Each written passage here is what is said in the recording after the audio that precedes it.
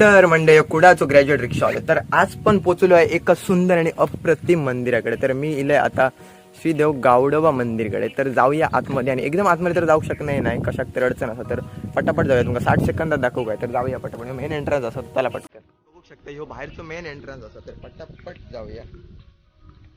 आता लागतं सुंदर आपल्याला छोटीशी तळी.